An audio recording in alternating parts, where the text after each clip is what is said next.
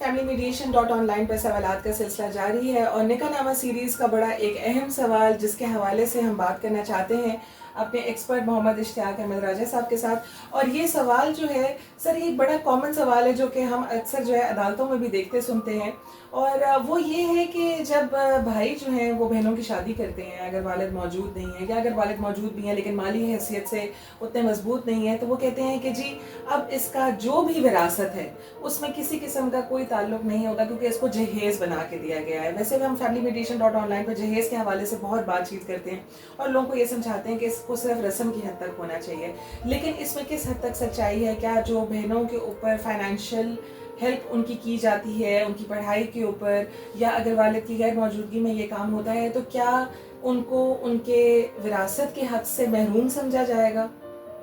ایسی کوئی بات نہیں ہے. غیر شادی شدہ جو بہنیں ہوتی ہیں ان کا نان نفقہ جو ہے وہ بھائیوں کے اوپر, جس طرح والد کے اوپر ذمہ تھا اسی طرح بھائیوں کے اوپر بھی نان نفقہ ان کا اس کے ذمہ ہے. ٹھیک ہے. تو نان نفقہ الگ چیز ہے اور وراثت الگ چیز ہے.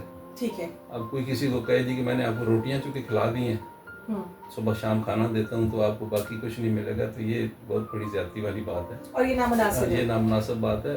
نان نفقہ الگ بات ہے اور اس میں جہیز میں تو آپ کسی طرح بھی قدم نہیں لگا سکتے, کوئی پابندی نہیں ہے. آپ اس کو جہیز نہ دیں, جو جائیداد میں اس کا جو 10 کروڑ کا حصہ ہے وہ اس کو دے دیں, اس کے اکاؤنٹ میں ٹرانسفر کر کے, کچھ جہیز میں سوئی بھی نہ دیں, اس کو کہیں ٹھیک ہے تمہاری شادی کر دی چلی جاؤ.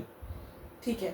تو جائیداد کو ہضم کرنے کے لیے آپ جہیز کا سہارا لیتے ہیں. جہیز میں اور جو اس کا شرعی حصہ ہے جائیداد میں اس میں کتنا تفاوت ہوگا یہ بھی دیکھ لیں. سر یہ ہم بہت زیادہ دیکھتے ہیں کہ ہم ذرا شہری علاقوں میں تو شاید یہ بہت زیادہ نہیں ہوتا کیونکہ لوگوں کے پاس اتنی پراپرٹی ہوتی بھی نہیں ہے, پر دیہی علاقوں میں اکثر ہم کہتے ہیں کہ ہم دیکھتے بھی ہیں کہ خواتین کی شادی بھی جو ہے وہ خاندان سے باہر نہیں کرتے اس وجہ سے, اور بہت دفعہ ہم نے یہ بھی دیکھا ہے کہ خواتین بوڑھی ہو کر اس دنیا سے چلی جاتی ہیں لیکن صرف اس وجہ سے کہ وہ جو ان کی پراپرٹی ہے وہ باہر چلی جائے گی یا وہ اپنا حصہ مانگ لے گی, ان کی شادیاں بھی نہیں ہوتی. اس حوالے سے بتائیں کہ کیا ایسی خواتین جن کو ان کا حصہ نہیں دیا جا رہا یا اس سے روکا جا رہا ہے تو کیا وہ مصالحت کا دروازہ کھٹکھٹائیں گی یا کورٹ کا دروازہ کھٹکھٹائیں گی؟ مصالحت کا بات پھر وہی دہراؤں گا کہ آسان طریقہ تو مصالحت ہے. اگر وہ گاؤں کا جرگہ جو ہے وہ اگر مضبوط ہے, اپنے فیصلے کو امپلیمنٹ کروا سکتا ہے تو اس سے بہتر تو کوئی بات نہیں ہے. ٹھیک ہے.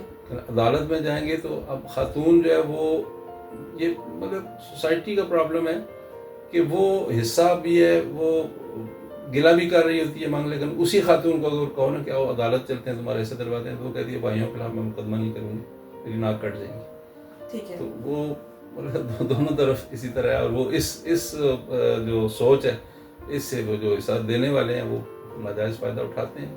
تو آپ کہتے ہیں کہ قانونی اعتبار سے خواتین کے لیے بہت سارے راستے موجود ہیں لیکن ان پہ نہ چلنا ان کی اپنی سوچ ہے, ان کی اپنی کوتاہی ہے.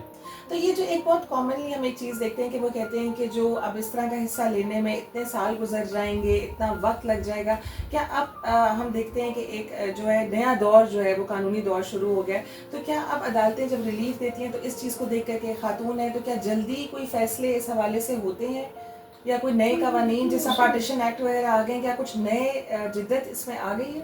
اس میں تو ہمارے سسٹم کا قصور ہے نا, مطلب وہ سسٹم جو ہے اب ہماری جو لیگل ریفارمز ہو رہے ہیں اس میں ایک پیرامیٹر طے کیے جا رہے ہیں کہ وراثت کا مقدمہ جو ہے وہ کتنے عرصے میں ڈیسائیڈ ہوگا. باقی جس طرح فیملی کورٹس کے ہیں, فیملی کورٹ ایکٹ پابندی لگاتا ہے کہ 6 مہینے کے اندر فیصلہ ہونا چاہیے. وہ کہ ہوتا نہیں ہے لیکن کم از کم 6 مہینے گزرنے کے بعد پھر وہ عدالت کے اوپر پریشر ہوتا ہے اور وہ ڈے ٹو ڈے بھی اس کو سن کے تو کسی نہ کسی طرف لگاتی ہے.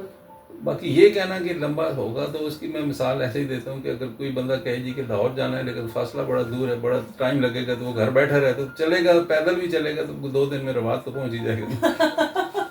بہت شکریہ سر آپ کا پروگرام میں شامل ہونے کا, اور بڑے اہم نکات جو ہیں وہ آپ نے بتائے ہیں, اور لوگوں کے ذہنوں میں ایسی کنفیوژن ہوتی ہے خاص طور پہ خواتین کے ذہنوں میں کیونکہ اویئرنیس اتنی زیادہ نہیں ہے, اور آپ نے بتایا کہ آہستہ آہستہ چلیں گے تو سفر جو ہے وہ کٹ ہی جائے گا. بہت شکریہ پروگرام میں شامل ہونے کا.